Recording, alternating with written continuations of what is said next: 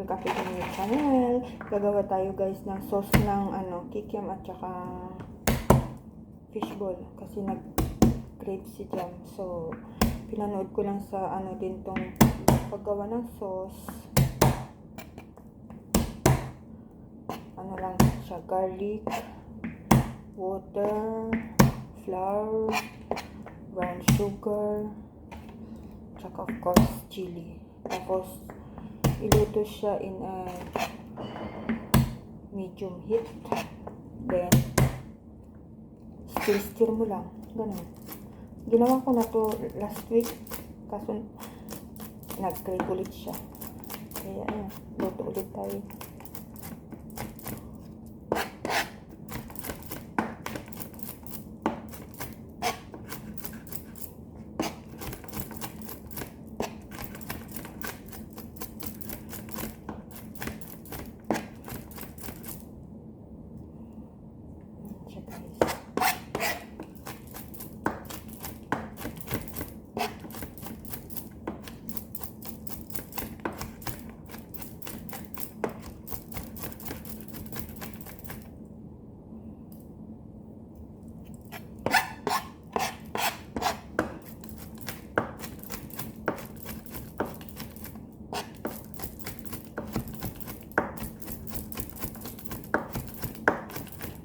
Okay na to.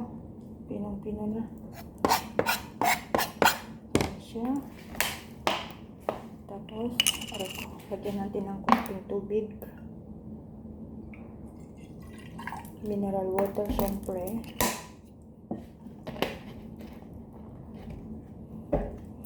Tapos, ilagay na natin ang sili. Ang bawang pala. Ito ay pagsama-samahin na pala lahat.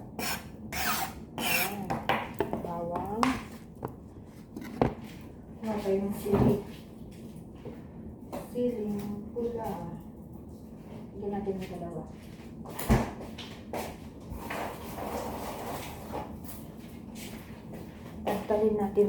Tagtalin din natin siya.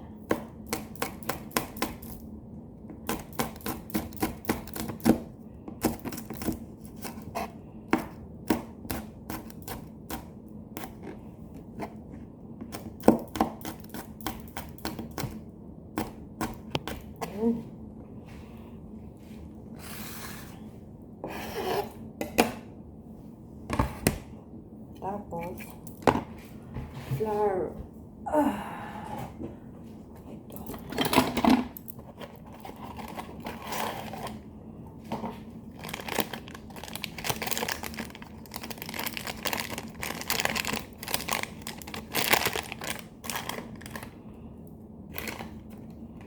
Dinadecross ko pa kasi yung fishball tsaka kikiam.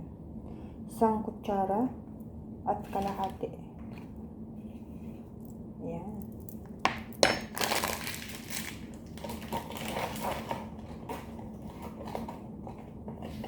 At saka brown sugar. Where is my brown sugar?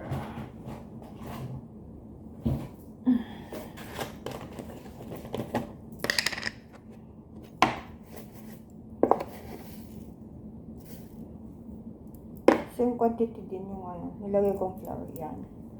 Tapos guys, halo-halo natin siya. Tapos ilagay na natin sa lutuin na natin siya sa mahinang apoy. Ayan. Ayan tayo. Nahihilo kayo sa aking video. Ayan.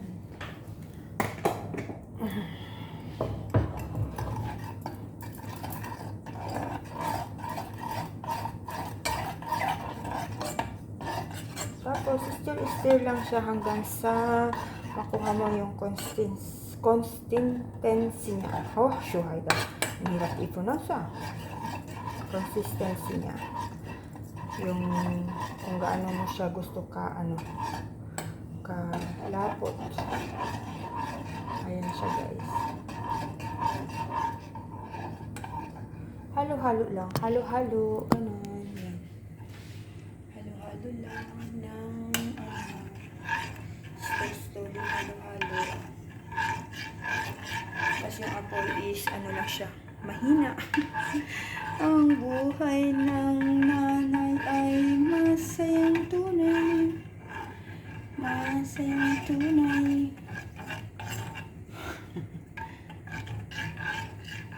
Papakita ko sa inyo mamaya, guys.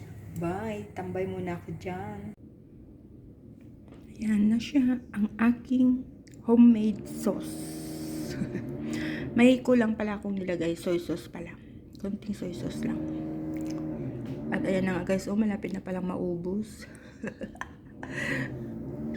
May kulang na isip.